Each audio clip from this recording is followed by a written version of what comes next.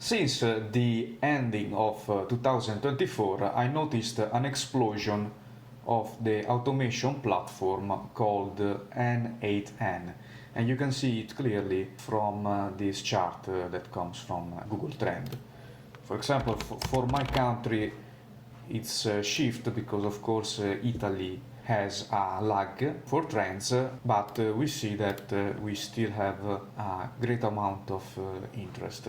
As I said, it is an automation platform that is similar to Zapier, and companies and organizations can use it to cut man hours mainly. So it definitely fits the purpose of this channel, that is increase revenue or decrease costs with statistics and informatics.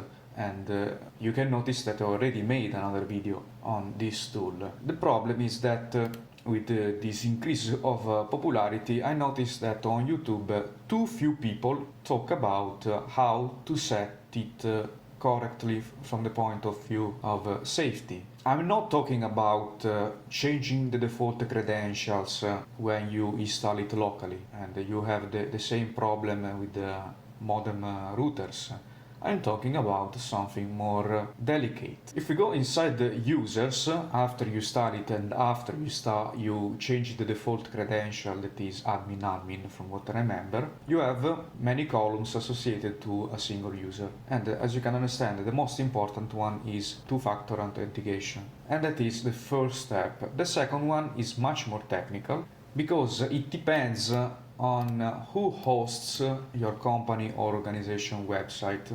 In the past I mentioned the SiteGround, where you can do it easily because it is linked to Cloudflare. And the safety concerns is who can access the login page of N8N. I understand that two-factor authentication already helps, but there is, as I'm showing you, a more rigorous way. That is to create a rule for who can access your sign-in or login page. And notice that this is not trivial, because as you see here, somebody, most likely a bot, already tried to enter my N8N instance. And of course they got kicked out, because I used this rule that just 2 of my 3 IPs can access this page path. Where can you see the IPs? If you want to see your IP, you go to this page and you see it. I want to underline again. I will paste this rule in the description of this video.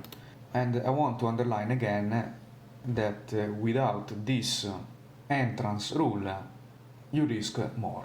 For example, if you have a user inside the company without two-factor authentication, you risk that somebody steals your workflows, or much worse, like sensitive data, hinted or inside some of your workflows. This video, you could say, doesn't deal much with statistics, but with possible processes that deal with statistics, and in particular the safety about such automation processes.